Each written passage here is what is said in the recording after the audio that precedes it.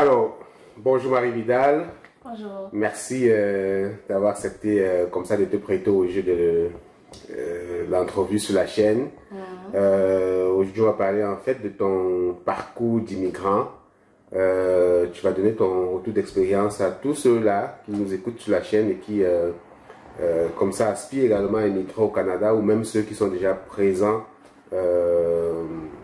sur le territoire Canada. C'est toujours utile de partager son expérience avec les autres candidats.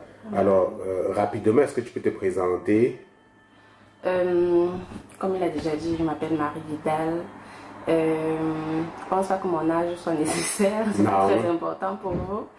Je suis une voix off professionnelle qui fait la publicité pour les entreprises. Je les accompagne au quotidien dans leurs différents projets. Et au Canada, je travaille en service à la clientèle. Donc, je crois que c'est tout ce que vous avez besoin de savoir pour l'instant. Ouais, pour l'instant. Ok. Ben, il faut aussi dire que tu es sur les réseaux. Ah oui, je suis sur les réseaux Facebook, YouTube, TikTok, au nom de Maps Voix Off. Maps Voix Off. Ok. Allez l'écouter, les amis. Donc, c'est ça. Ça, c'est les voix off, c'est ce que tu faisais vraiment au Cameroun. Mais est-ce qu'au Canada, tu as déjà commencé à exercer dans ce domaine-là? Honnêtement, non. Ok. Honnêtement, non. Est-ce que tu as des ambitions dans ce sens? Oui, bien sûr, que c'est ce que j'aime faire, c'est mon fun. Je m'épanouis beaucoup quand je fais de la voix off par rapport à ce que je fais actuellement. Mais je sais que je vais le faire. Ça vient avec le temps, il faut d'abord s'intégrer, trouver de quoi manger. Les rêves, c'est pour après. Ok. Donc, là, on va rentrer un peu sur ton parcours d'immigrant, c'est-à-dire qu'on va partir du Cameroun. Puis tu m'as dit, qu'est-ce que tu avais commencé comme procédure et puis les délais. Quand est-ce que tu as commencé vraiment à penser le rêve d'immigrer au Canada, à travailler sur ce projet-là? Honnêtement, au début, je ne pensais pas vraiment venir au Canada comme immigrante parce que je voulais venir pour les études.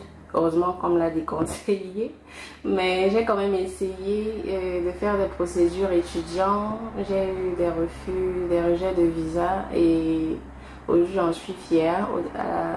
Avant j'avais pleuré pour ça, mais aujourd'hui honnêtement j'en suis fière.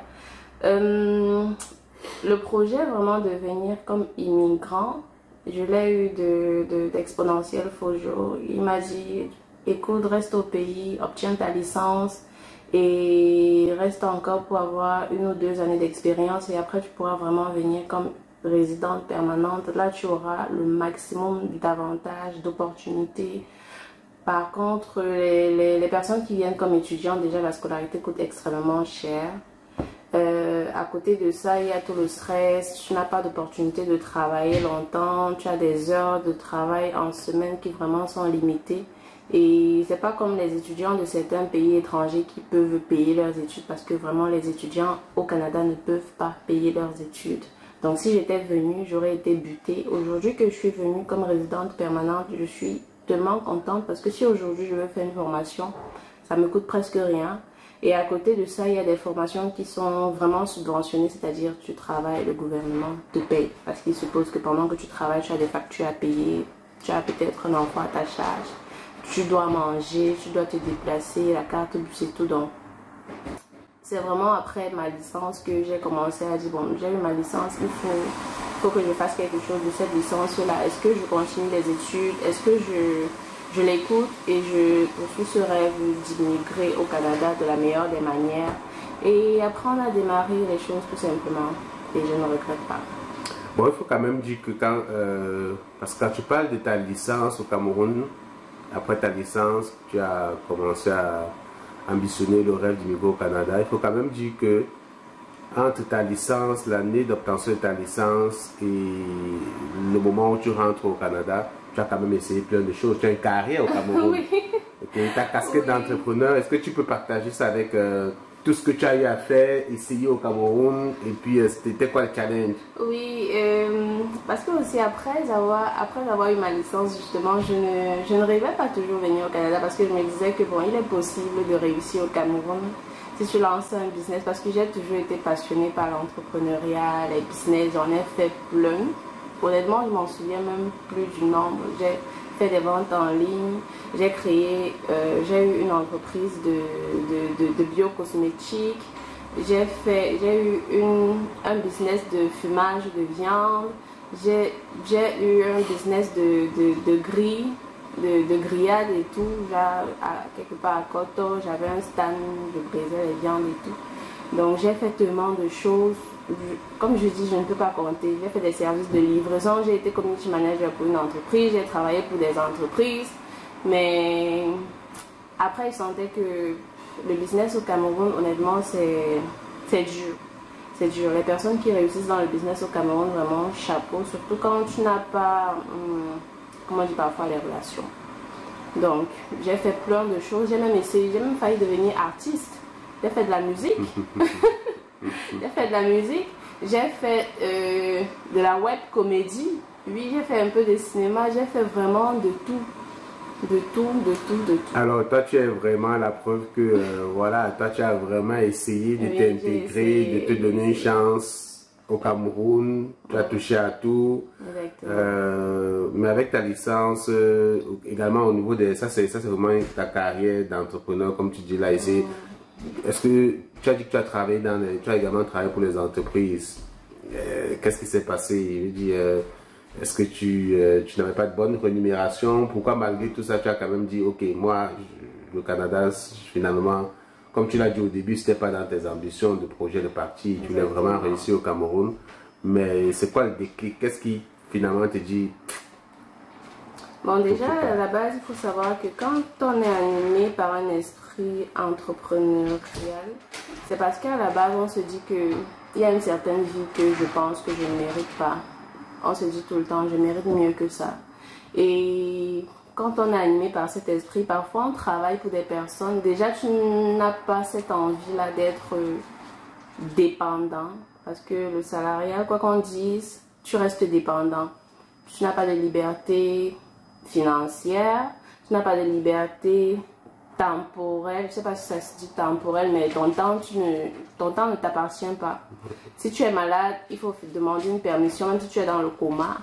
Les congés, c'est limité, tu ne peux pas vraiment profiter de la vie comme tu veux. Tu dois tout le temps attendre une permission d'ici, de là et tout. Et on connaît le Cameroun, les congés, vraiment, pour mériter des congés au Cameroun, il faut avoir un certain poste. Il faut être cadre de je ne sais quoi. Si tu as un petit poste de peut-être secrétaire, manœuvre, n'attends pas des congés. Donc, moi je me disais, cette vie-là vraiment, c'est pas une vie pour moi. Après aussi à côté, il y a que tu reçois des ordres des gens, on te lance des paroles, tu fais bien ton travail, on voit jamais ce que tu fais et tout. Et puis un matin, on peut se lever, on coupe ton salaire, ou on ne te paye tout simplement pas. Moi je ne voulais pas ça parce que si tu travailles, tu dois être payé. Donc j'ai dit, bon, jusqu'à quand est-ce que je vais continuer? Parce que oui, il y a des entreprises où j'ai travaillé, on ne m'a pas payé. Il y a des entreprises où j'ai travaillé, on a coupé mon salaire pour des raisons que l'entreprise n'a pas été productive, donc on coupe vos salaires. Mais après, tu te demandes, mais j'ai signé pour un salaire et je reçois ça, c'est quoi la raison? Mais si vous ne voulez plus de moi, ou bien si vous jugez que l'entreprise n'est pas productive, vous vous séparez de certains employés, mais vous leur donnez quand même ce que vous leur devez. Mais au Cameroun, les choses ne marchent pas toujours selon la norme. Ok. Donc, désolé de te couper. Ok, on sent que voilà, tu as quand même essayé, ok, au Cameroun, après ta licence, tu as fait des démarches et tout. Puis, chemin faisant, tu as essayé pour ce Dieu étudiant au Canada. Bon, quand tu dis tu as essayé, on a essayé. Pour ce Dieu étudiant au Canada, une fois, deux fois, ça va marcher. Puis, résident permanent. Finalement, tu arrives au Canada comme résident permanent. Jusqu'ici, ok, depuis que tu arrives au Canada, tu es arrivé déjà, ça fait combien de temps? Ça fait exactement 7 mois. 7 mois. Oui. Ok. En 7 mois, c'est quoi ton plus grand regret au Canada? Rien du tout. Ok. Ok. Il n'y a aucun regret parce que même si aujourd'hui quelqu'un me donne 10 millions de rentrées comme je rentre pas, honnêtement, donc aucun regret. Ok. Bon, on ne veut pas vendre le rêve, hein, parce que je connais beaucoup là qui vont dire... Non, c'est pas pour vendre le rêve parce qu'il faut travailler. Et si tu travailles au Cameroun, sache qu'au Canada, tu vas travailler 2 fois plus. Exact. Parce qu'au Cameroun, on a l'habitude de dire 8 heures de temps au travail, mais c'est vraiment 8 heures de temps au travail. Mais ici, c'est 8 heures de travail. Donc, au Cameroun, c'est facile d'entrer dans son bureau le matin, sortir le soir sans rien faire. Ou alors, faire 2-3 tâches, après on est sur le téléphone. Ici, déjà, quand tu arrives au travail, c'est 0 téléphone. Si tu es là pour travailler 8 heures, on doit te voir travailler 8 heures de temps. Donc, tu travailles 2 fois plus que ce que tu faisais au travail. Donc, si tu es paresseux, ne viens pas au Canada. Le Canada, c'est pas pour les paresseux, c'est pas pour les pleureux, c'est pas pour des personnes qui savent pas vraiment ce qu'ils veulent. Donc, ok. Bon, on comprend que jusqu'ici, aucun regret, mais tu as quand même passé par des difficultés. Oui, normalement. Est-ce que tu peux partager avec... Ma plus grande difficulté au début, c'était vraiment... Parce que quand tu viens d'arriver au Canada, il y a ce qu'on appelle les références. Eux ici, ils aiment bien recruter des personnes qui ont déjà eu à travailler sur le territoire canadien. Parce que si tu viens, ou des personnes qui sont là depuis aussi un certain temps, quand tu viens d'arriver, on se dit, bon, elle ne connaît pas trop comment les choses marchent. Est-ce que si on la recrute, on ne va pas regretter? Est-ce qu'elle sait comment le monde de l'emploi ici, ça se passe? Est-ce qu'ils ont plein d'interrogations? Est-ce que ton CV est vrai déjà à la base? Ouais. Parce qu'il y a des gens qui font de faux CV, ça on le sait, ils sont nombreux. Donc, tu as envoyé ton CV, oui, ils ont ça en main, mais est-ce que tout ce que tu as mis est vrai? Est-ce que tu as vraiment ces expériences dont tu parles? Donc, ils ont cette crainte-là.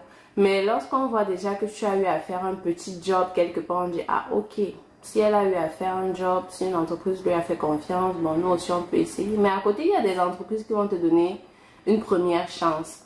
Donc ça a vraiment été cette difficulté parce qu'on disait oui, il y a le travail au Canada, il y a vraiment le travail au Canada, mais il y a des entreprises qui sont un peu méfiantes. Et quand on arrive ici, honnêtement, pour un début, on ne choisit pas ce qu'on veut faire. Ça, c'est un conseil. On ne se dit pas, non, au Cameroun, j'étais DG de ceci, j'étais assistante de machin, j'avais mon entreprise. Tu arrives ici, tu te fous dans la masse. Personne ne veut savoir, connaître ton feedback, ça n'intéresse personne, ton background, voilà, ça n'intéresse personne. Donc tu arrives, si tu vois un poste de manœuvre, commence dans ce poste de manœuvre là, même si ça ne paye pas grand chose, tu as des factures à gérer, tu le fais. Quand tu sors de l'entreprise, on écrit nulle part sur ton front que tu es manœuvre quelque part. Tu salis tes mains, à la fin du mois tu as ton salaire, tu pars de l'épicerie, tu fais tes courses comme tout le monde, tu manges, tu vis ta vie normalement. C'est après vraiment que tu peux commencer à dire, bon, ok, je suis venue quand même avec tel profil et j'aime vraiment mon métier que je faisais au Cameroun. Est-ce qu'il n'y a pas des possibilités? Tu regardes maintenant, s'il fallait faire d'autres formations, tu le fais. Si tu vois que tu peux aller postuler directement, ajouter ton expérience que tu viens d'avoir sur ton CV, tu ajoutes, tu mets ton CV à jour, tu repostules dans... Good, c'est ça. Donc, c'est ça, justement, l'expérience québécoise, comme on aime dire ici, là, ou bien l'expérience canadienne, parce qu'on est au Québec, c'est un indispensable. Effectivement, tu l'as dit, hein, je veux dire, je vais pas revenir là-dessus. Donc, quand on arrive, les amis, on choisit ce qu'on voit, on fait. Ce qu'on ne voit pas, on ne fait pas. Exactement, mais il y a du travail. On donc, recherche des gens. Il faut avoir, parce que, comme Marie l'a dit, il faut avoir une première expérience. Certains vont aller faire du bénévolat. C'est-à-dire que tu vas aller dans une entreprise où tu dis, je fais du bénévolat, on ne me paye pas. Juste pour que tu mettes dans ton CV et que tes prochains recruteurs sachent que, ok, tu t'es quand même déjà frotté au monde de l'emploi ici, tu vois. Ça te permet aussi de t'intégrer, comprendre leur langage, leur fonctionnement et tout. Ça t'aide aussi, même si tu fais du bénévolat. Donc, c'est très important. Ok, donc ça c'était difficulté, mais c'était seule difficulté, le challenge d'emploi. Non. Après, il y a aussi le problème, pour les personnes qui viennent au Québec, pour les autres villes, je ne sais pas, il y a le problème de langage. Les Québécois ont vraiment un français très particulier. Donc, ouais, on va comme le français québécois, comme on le dit là. Voilà, ils ont un français très particulier. Parfois, on parle, et quand on termine, tu n'as rien compris du tout. Et pourtant, on parle en français. exactement, pourtant c'est le français.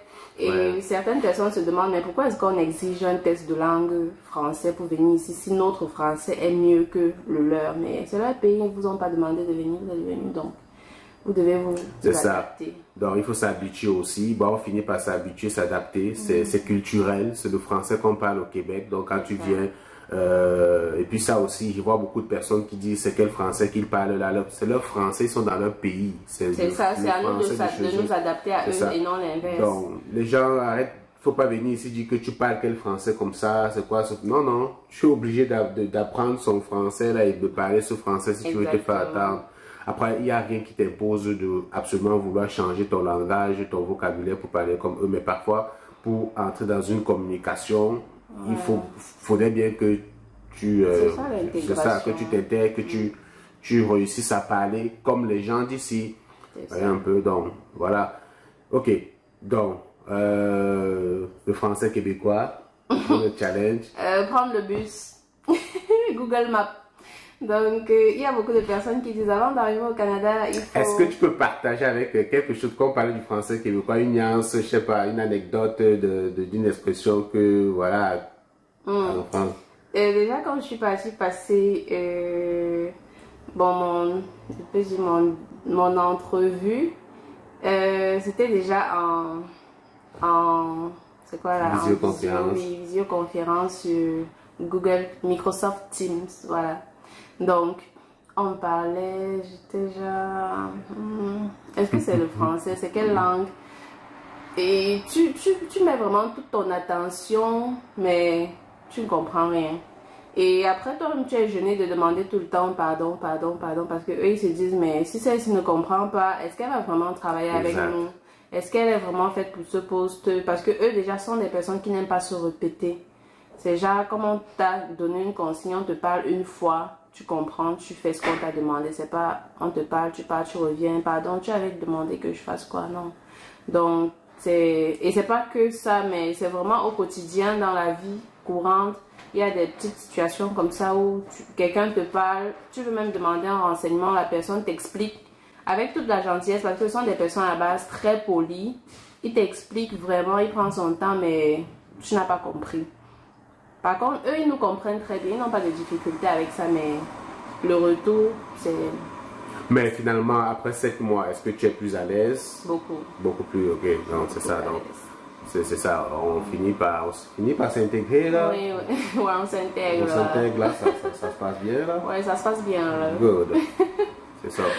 Donc, ok. Un petit conseil, allez sur YouTube, regardez beaucoup de vidéos québécoises. Ça va vous aider avant d'arriver. Ouais.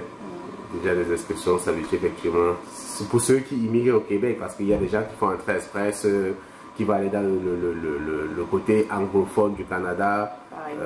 J'ai déjà fait des vidéos là-dessus aussi. À Montréal aussi, est-ce qu'on parle comme ça? Montréal aussi, il y a beaucoup d'anglicisme, c'est un peu différent. Ouais, ça change un peu. Quelqu'un de l'accent genre, quand il parle français, c'est encore un peu plus accentué là. Tu as du mal encore, tu as vraiment de la misère. Tu vois, donc en fonction des régions aussi, c'est un peu différent. Tu vois, actuellement tu es à l'aise avec le français ici de Québec, mais si tu vas à cette île, Lac-Saint-Jean, tu auras encore beaucoup plus de misère. Même les Québécois de Québec et de Montréal ont du mal à écouter les Québécois de cette île et d'autres régions. Donc, c'est l'accent, bref. Mais tant que tu es francophone, tu finis toujours pas tu finis pas. Au moins, le français du travail. C'est vrai que quand on commence à entrer dans les histoires de la parce vie. qu'ils aiment beaucoup les histoires. De la vie commune, là, parfois tu es là-dedans, tu es au milieu, comme ça. Ils aiment beaucoup les commentaires. Tu restes au milieu quand les gens rient, tu ris. Exact. Ça, justement, c'est ça, tu touches un bon point là. L'intégration professionnelle. Parce que je vois ce que tu es en train d'amener le truc. Ça veut dire qu'au travail, des fois, c'est quoi qu'il faut avoir comme attitude avec les collègues? Est-ce qu'il faut s'écarter? Parce qu'en tant que nouveau arrivant, souvent on a ce problème-là. Et que tu es toujours isolé, tu es toujours dans ton coin. Est-ce que c'est apprécié ça? Non, c'est pas apprécié. Parce que moi j'ai remarqué que les Québécois particulièrement, ce sont des personnes qui qui ne vont pas trop venir vers toi te dire qu'est-ce qu'il y a, pourquoi tu es seul dans ton coin, parce que ce sont aussi des personnes un peu introverties. Donc, si tu arrives dans un lieu de service, tu ne cherches pas vraiment à te créer une place, personne ne va te donner de la place. Donc, de temps en temps, tu peux, quand tu arrives le matin, tu salues tout le monde, tout ce que tu vois. Si, je sais pas, à la pause, tu vois quelqu'un assis quelque part, tu vas t'asseoir à côté de lui tranquillement. Eux, ça ne les dérange pas. Tu vas pas rentrer dans lui, mais tu t'assois quand même à côté. Et de temps en temps, tu peux poser une question. Ça va bien? C'est une belle journée? C'est ensoleillé? Machin, ceci. Tu fais un peu les petits commentaires. Pas trop, mais que tu montres quand même que tu as envie de... Ouais. Tu as envie de t'intégrer. Mais si chaque fois que les gens se regroupent pour parler de quelque chose, tu dis, bon, de toute façon, je ne comprends pas ce qu'ils disent. De toute façon, ça ne me concerne pas. Tu restes dans ton coin. Personne ne va venir te dire, viens discuter avec nous. Et toi, tu ne vas jamais aussi vraiment comprendre ce qu'ils disent. Donc, tu viens. Après, quand ils vont parler, s'ils sont en train de se poser des questions entre eux, après, on va facilement te dire, et toi? Donc, s'ils sont sur un thème peut-être, moi, j'étais au festival d'été. Après, on va facilement te dire, et toi? Donc, ils veulent savoir, parce qu'ils aiment déjà savoir, connaître la vie des gens. Ça, vraiment, c'est... Il n'y a pas de tabou ici. On pose les questions sur tout. Tu peux rencontrer quelqu'un dans le bus. En 2 secondes, il t'a demandé quel âge as-tu? Tu es arrivé ici quand? Il n'y a pas de tabou.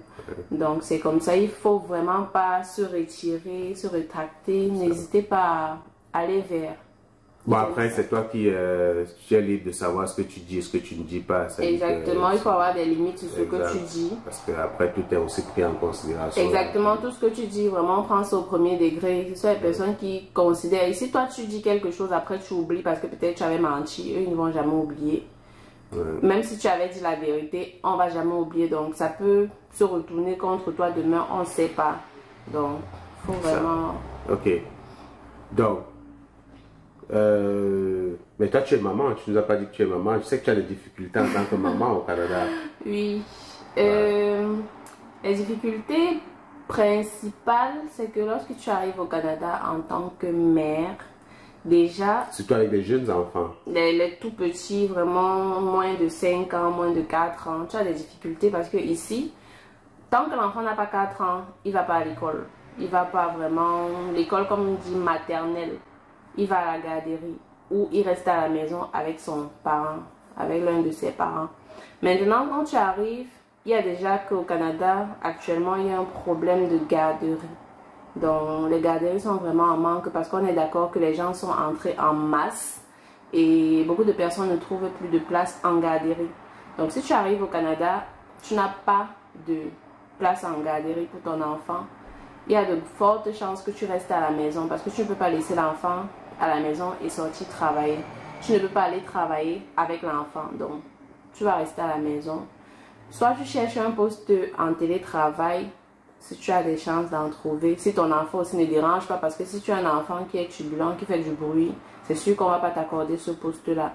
Parce que le télétravail demande vraiment un espace confiné, comme on dit souvent. Mais... après ça aussi, il y aura beaucoup de choses à faire avec l'enfant. C'est pas que tu fermes l'enfant à la maison. Tu dois trouver le temps pour faire des activités avec l'enfant. Même s'il est petit, tu dois de temps en temps l'amener au parc et tout. Les Canadiens sont des personnes qui surveillent. Ici, tout le monde surveille tout le monde. Donc, si tu restes avec un enfant, on voit qu'il est fermé 7 jours sur 7, on va se poser des questions. Parce qu'ici, c'est même pas leur culture. Ici, on sait que les enfants sortent de la maison, ils vont au parc. Ils montent, ils peuvent partir à la piscine. Donc, pour t'intégrer, tu dois aussi amener ton enfant au parc comme tout le monde. Même si tu es occupé, n'importe comment. Après ça, tu dois... ici, on ne porte pas les enfants dans la rue. On ne porte pas les bébés dans les bus. Donc, tu dois te trouver une poussette. Même si tu peux pas prendre le bus, tu mets ton bébé dans la poussette. Vous partez ensemble, vous entrez dans le bus avec la poussette. Donc, il y a... c'est un peu compliqué. Mais à côté aussi... il y a cet avantage-là que quand tu vis avec un enfant, tu as ce qu'on appelle l'allocation familiale.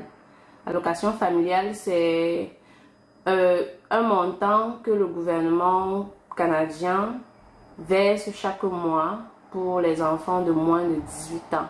Donc, jusqu'à ce que ton enfant ait 18 ans, Ça, c'est le nerf de la guerre dans les mariages au Canada. Oui, oui, oui. Il y a beaucoup de couples qui se séparent à cause de l'allocation familiale parce que le père discute, la mère discute. Pourquoi c'est toi qui reçois, c'est moi qui dois recevoir? Qu'est-ce que tu fais même avec cet argent-là? Est-ce que tu utilises même vraiment ça pour l'enfant parce qu'il ne voit pas ce que tu as acheté? Peut-être on devrait partager ça 50-50 parce qu'après, il y a de temps en temps, tu viens me demander de l'argent, donc ça crée des problèmes. Et honnêtement, il y a des couples qui se séparent à cause de l'allocation familiale. Ça, c'est une réalité. Donc, ce qu'on va retenir de ce que tu as dit, en tant que maman, quand tu vis avec des jeunes enfants, moi j'ai souvent conseillé ça à certaines personnes. Des fois, c'est mieux de laisser d'abord les enfants au pays. Oui. Vraiment, là, si les enfants sont jeunes, autant mieux venir, préparer le terrain, trouver un emploi, avoir de l'expérience et puis faire venir les enfants. Parce que ça ne sert à rien de faire venir les jeunes enfants et rester cloîtrés à la maison parce que tu ne peux pas travailler, tu peux rien faire. Les factures ne comprennent pas que non, je ne travaille pas, mon enfant à bas âge, on va te mettre dehors. C'est ça. Tu as un loyer à payer. Le loyer ici, vraiment, c'est chaque premier à minuit, on coupe. On veut pas. Mais l'autre avantage, c'est ça, c'est que quand tu es avec les enfants, quand même, tu as des subventions qui t'aident quand même à tu as les subventions de logement aussi parfois. Oui. Tu peux avoir, si tu es monoparental comme moi, tu peux demander, tu peux faire une demande de logement social. La demande de logement social te permet à toi, je vous ai pas demandé de vous séparer avant de venir au Canada pour ne pas payer les loyers chers. Donc, tu as ce logement social là qui te permet de payer, disons même 3 fois moins ce que tu aurais dû payer normalement pour parfois une maison plus grande. Donc, si tu es dans une maison actuellement, par exemple, si tu es dans une maison de 2 chambres et que tu payes, ici ils appellent ça les 4,5, une maison de 2 chambres, et que tu payes 1300 $ le mois, le logement social peut te donner une maison de 3 chambres et tu payes 300 $ le mois. Donc, tu vois que ça a ses avantages parce qu'on sait que tu es seul avec l'enfant, tu n'as pas un coup de pour te soutenir. Mais le gouvernement maintenant t'aide, tu dois avoir un loyer beaucoup moins cher par rapport à d'autres qui n'ont pas d'enfants ou qui ont des enfants mais qui vivent ensemble. En fait, c'est une société, on essaie de créer l'équilibre. Exactement. C'est ça, on sait que chacun essaie de s'en sortir. C'est une société très équilibrée. C'est ça. Même les allocations dont on parlait tantôt là, juste ton revenu augmente, au moins tu reçois des allocations. Voilà, c'est ça. Parce que quand tu fais la demande d'allocation familiale, ils ont un formulaire qu'on vous envoie vous devez répondre au formulaire. Vous avez un tas de questions. En fonction des réponses que vous donnez à ce formulaire, ils calculent le montant qu'ils doivent vous donner, le montant qu'ils pensent que vous méritez et qui pourra vous suffire pour faire certaines choses pour votre enfant. Donc si tu as un revenu très élevé, on va se dire forcément tu n'as pas besoin d'une grande aide du gouvernement. Plus ton revenu est bas, on se dit bon, voici une personne qui en a vraiment besoin. Donc on va te donner un peu plus. C'est ça. Un conseil, qu'est-ce que toi tu fais avec tes allocations? Parce que moi j'aime souvent dire les couples qui se séparent justement c'est parce qu'ils n'ont pas compris quelque chose. Parce que les allocations qu'on donne pour les enfants, c'est pas une raison de faire des guerres là, de se tirer. Parce que si vous avez une bonne stratégie pour vos enfants, en général cet argent là vous ne touchez même pas à ça. C'est ça, c'est ça. Est-ce que tu as entendu parler du RIE? Oui, je fais des cotisations au RIE parce que le RIE c'est une cotisation qu'on fait pour les études futures de l'enfant quand il va arriver à l'université. Parce qu'ici, vraiment, quand les études au Canada, quand tu vis avec ton enfant, les études vraiment pour les enfants, c'est pas grand-chose. C'est presque gratuit, on va dire. Donc maintenant, vu que tu profites du gratuit, lorsque l'argent de l'allocation arrive, qu'est-ce que tu fais? Parce qu'ici, les études, une fois que l'enfant est arrivé à l'université, quand je parle des études, c'est vraiment le secondaire, le primaire, ça ne coûte pas grand-chose. Mais une fois que l'enfant arrive à l'université, là, ça commence vraiment à coûter quelque chose. Et il faut se préparer d'avance. Donc, le RIE ici, c'est une cotisation qui te permet de mettre de l'argent de côté pour les études de ton enfant quand tu seras à l'université. Et maintenant, le gouvernement canadien ici te donne la possibilité de cotiser. Si tu parviens à cotiser 2500 par an, c'est ça non? C'est 2000. 2000 par an, eux ils t'ajoutent 500. Donc ils te donnent 500 $ gratuitement pour t'encourager à cotiser davantage. Donc moi, c'est ce que je fais quand je reçois l'allocation de ma fille. Je verse une bonne partie dans son REER parce que je veux qu'elle fasse de bonnes études demain. Du coup, jusqu'ici, on va dire que ça se passe plutôt bien pour toi. Tu as traversé les gros challenges. C'est vrai que tu as toujours des soucis avec la garderie après 7 mois. Mais l'avantage, c'est que quand même, tu es bien entouré, tu as de l'aide qui fait que bon, tu peux quand même travailler parce qu'il y a des gens qui s'occupent avec. Exactement, il y a des gens qui me soutiennent pour donc, ça. Sinon, pour quelqu'un qui n'a pas ce support-là, ça devrait être très compliqué pour toi sans ça. C'est que je ne travaillerai pas du tout. Voilà. Puis tes projets futurs au Canada, actuellement tu es encore dans l'intégration, le boulot que tu fais, comme tu as dit, service à la clientèle et tout. Est-ce que tu comptes faire carrière vraiment dans ça? Est-ce que tu as des ambitions à long terme? Est-ce que tu comptes retourner aux études? Est-ce que... Honnêtement, faire carrière dans ça à long terme, non. J'ai mon projet que je nourris de créer mon entreprise de voix off. C'est vrai que dernièrement, je réfléchis beaucoup. Est-ce que je me lance? Est-ce que je me lance pas? Parce que je sais que de toutes les publicités canadiennes que j'écoute, surtout québécoises, ils prennent beaucoup de voix off locales. Et pourquoi est-ce qu'ils prennent des voix off locales? C'est parce que il y a ce problème d'accent. Donc, si on fait une communication pour le Québec, c'est normal de prendre des voix off québécoises pour que le message passe de manière fluide. Maintenant, si moi, une Camerounaise, c'est vrai que parfois je peux avoir un accent neutre. Mais si moi, une Camerounaise, je viens créer mon entreprise de voix off ici au Canada, pourquoi est-ce qu'ils vont laisser les voix off qui sont là depuis longtemps, qui ont déjà de l'expérience, qui ont leur accent, leur culture et tout, pour me choisir moi? Est-ce que je dois vraiment le faire? Est-ce que c'est un risque à courir? Je ne sais pas, mais le temps me le dira. Après, je peux être une voix off internationale neutre, parce qu'il y a aussi des entreprises qui recherchent des voix neutres. Par exemple, lorsqu'une entreprise crée son nouveau produit au Canada, mais qui ne veut pas communiquer qu'au Canada, il veut communiquer peut-être en France, en Belgique, là on recherche des voix neutres. Peut-être je pourrais me placer sur ce marché-là. À côté aussi, moi j'ai des projets d'investir dans l'immobilier. J'ai des projets d'investir dans l'immobilier. Ça, c'est vraiment mon rêve ultime. Que si j'accomplis, je comprends que oui, là vraiment, j'ai réalisé mon plus grand rêve. Après, voyager, profiter de la vie. Ouais, bon, faut se faire plaisir. C'est ça. Donc, regarde, moi, je te souhaite juste plein de succès. Beaucoup de bonnes choses au Canada. Okay. L'avantage, c'est que vous êtes encore très jeune là. Oui, oui, j'ai 27 ans. 27 ans. Tu as tout le temps d'en profiter avant d'atteindre un certain âge, de vraiment en profiter pour réaliser la plupart de tes projets. L'immobilier, dès que tu as un bon emploi, tu te lances, c'est facile. On te demande juste une mise de fonds, un bon salaire, puis tu peux voir un immeuble là de, je sais pas, 700 000 $.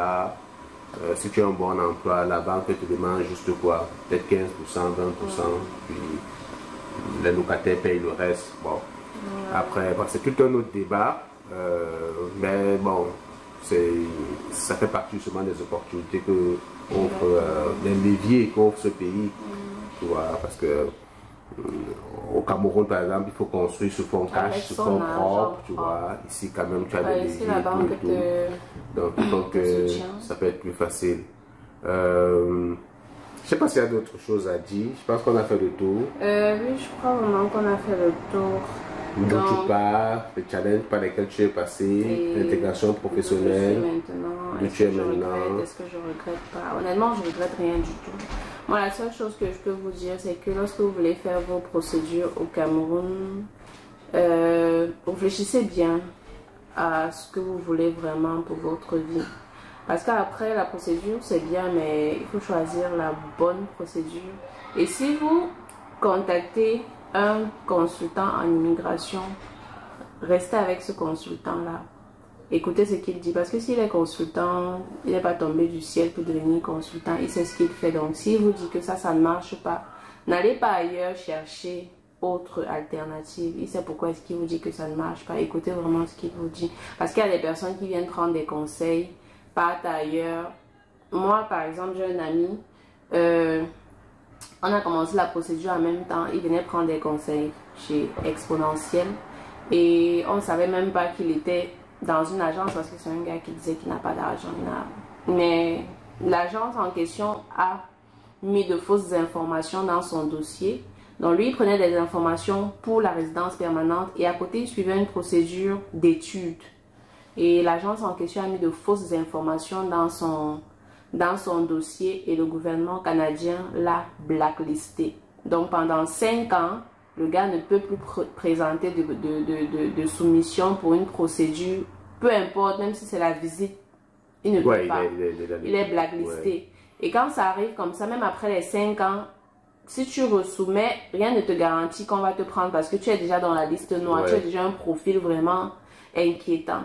Donc vraiment, quand vous êtes avec une personne, si vous voulez faire une procédure étude, concentrez-vous sur votre procédure étude. Si vous voulez faire une procédure de résidence, de visiteur.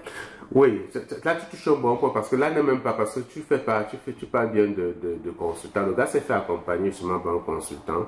Mais il faut bien vous entourer des bonnes personnes. Exactement. Parce que justement, c'est ça, c'est qu'il était vraiment dans un... Il a confié son dossier à une agence. Sauf que c'est l'agence qui a mis de fausses informations dans son dossier. Maintenant, ce qui est marrant, c'est que voilà, c'est quelqu'un que je suis en train d'accompagner. Il avait déjà son CSQ. Et il n'avait pas dit. On était à l'étape fédérale. C'est à l'étape fédérale, lorsqu'on soumet, qu'il reçoit donc l'interdiction de territoire. Qu'on informe qu'en fait, il a une interdiction de territoire au Canada. Il est tout surpris. Moi aussi, je suis surpris, mais je lui dis, est-ce que tu as déjà fait une procédure d'immigration? C'est là où il m'informe que pendant qu'il était avec moi, il faisait aussi une procédure étude.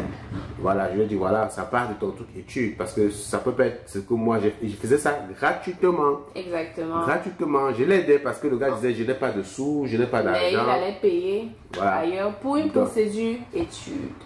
Donc, voilà pourquoi aujourd'hui j'ai décidé clairement qu'on ne vient plus se renseigner que j'ai longtemps accompagné les gens gratuitement, mais je me suis rendu compte que il y a de l'argent à se faire. Ok, il y a de l'argent à se faire parce que les gens utilisent votre casquette des personnes qui aident, qui accompagnent gratuitement. Mais ils sont en train de payer. Ailleurs. Donc du coup, je me dis, tant qu'à s'il y a de l'argent à se faire, on va aller chercher cet argent-là. On va aller chercher cet argent-là. Donc, désormais, allez sur le site internet www.exponentielimmigration.com. Si vous voulez vous faire accompagner, je peux vous accompagner dans vos procédures. Et Dieu seul sait le nombre de personnes que j'ai déjà fait venir au Canada en tant que résident permanent. Exactement. Donc, ou dans les commentaires YouTube et TikTok, vous pouvez juste mettre info et vous mettez votre adresse mail ou votre numéro de téléphone. L'assistante peut vous contacter aussi. Donc, c'est ça. Il faut faire les bonnes procédures, il faut se faire accompagner par des bonnes personnes. Moi, je ne mets pas de faux documents dans les dossiers des gens que j'accompagne. Je préfère ne pas t'accompagner du tout. Exactement, ça c'est vraiment l'honnêteté, lui. Je préfère ne pas t'accompagner. Si tu n'es pas capable de justifier tel machin, moi je ne veux pas fabriquer les choses pour moi. Je préfère dire non, je t'accompagne pas, on arrête là. Par contre, il y a des agences qui vont vous dire, parce qu'ils veulent de l'argent, oui, vous avez le profil, on prend votre argent, vous êtes dans le bassin 3 ans, 5 ans, rien n'évolue. On ne fait que vous prendre de l'argent, vous prendre de l'argent, jusqu'au jour où vous-même vous dites, bon, ça suffit, ça y est. Parfois même, certaines agences se positionnent en tant qu'agence, mais ne connaissent même pas ce que c'est que la procédure d'immigration. Ce sont des personnes parfois qui ne sont jamais venues au Canada. Mais vu que c'est tendance maintenant, n'importe qui ouvre son agence au Cameroun, on vous accompagne, on vous crée de faux trucs comme ça et après on vous bloque. Donc rapprochez-vous de vraies personnes qui ont déjà des références, des personnes qui ont déjà fait voyager et qui savent vraiment de quoi est-ce qu'elles parlent. Good. Alors, merci Marie-Videl. J'espère qu'on va on va faire une prochaine vidéo peut-être plus tard, peut-être quand tu vas acheter ton premier immeuble. J'espère que ça va vite arriver. Good. Alors, ça fait plaisir de t'avoir sur la chaîne en tant qu'invité. J'espère que nos abonnés seront contents du témoignage. Bon, moi, tout ce que je peux vous dire, je vous souhaite beaucoup de courage dans vos différentes procédures, que vraiment les choses marchent et se passent bien. Le Canada est assez large pour accueillir tout le monde. N'écoutez pas les commentaires quand on vous dit le Canada, venez vous faire votre propre expérience. Le territoire Canada, vraiment, c'est 20 fois la superficie du Cameroun. Donc, il y a de l'espace. Il y a des entreprises. Il y en a qu'on construit encore et ces entreprises recherchent les main-d'œuvre. Et ce ne sont pas les Canadiens qui vont venir travailler parce que les Canadiens, on les compte au Canada. Donc, venez, vous avez de l'expérience.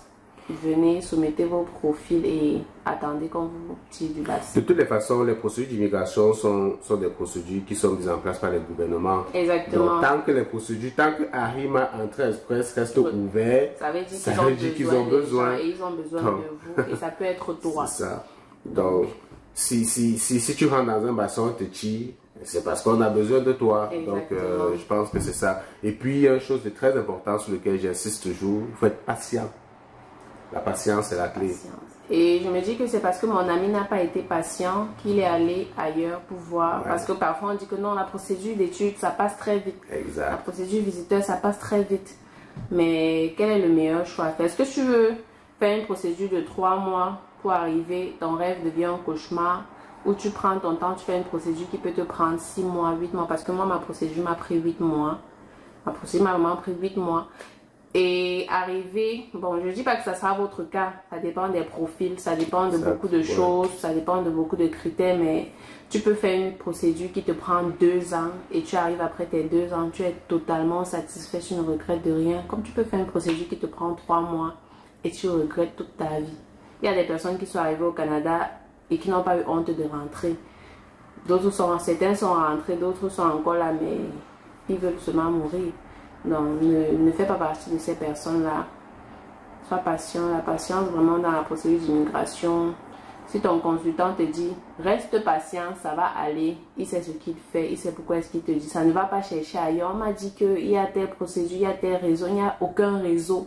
Il n'y a aucune agence qui tape les visas dans les passeports des gens. Tout se passe ici à IRCC. Voilà, à IRCC. Tout se passe ici. Ce sont eux qui ont le dernier mot. Il n'y a pas de réseau dans ça. Aucun réseau. Il n'y a pas de facilitateur. Rien du tout. On ne choque pas ici. Donc, tu entres dans le bassin. Quand tu as sélectionné, tu patientes. C'est tout. Good. Ok, la vidéo est quand même longue. Presque 1 heure. Je pense que... Ils seront servis. Ouais. Bon, merci les amis d'avoir écouté. Si tu es resté jusqu'au... cette étape de la vidéo, ça y est que tu as trouvé et apprécié le contenu. Donc si c'est le cas, like, partage et surtout abonne-toi. Exactement. Bye, à tantôt.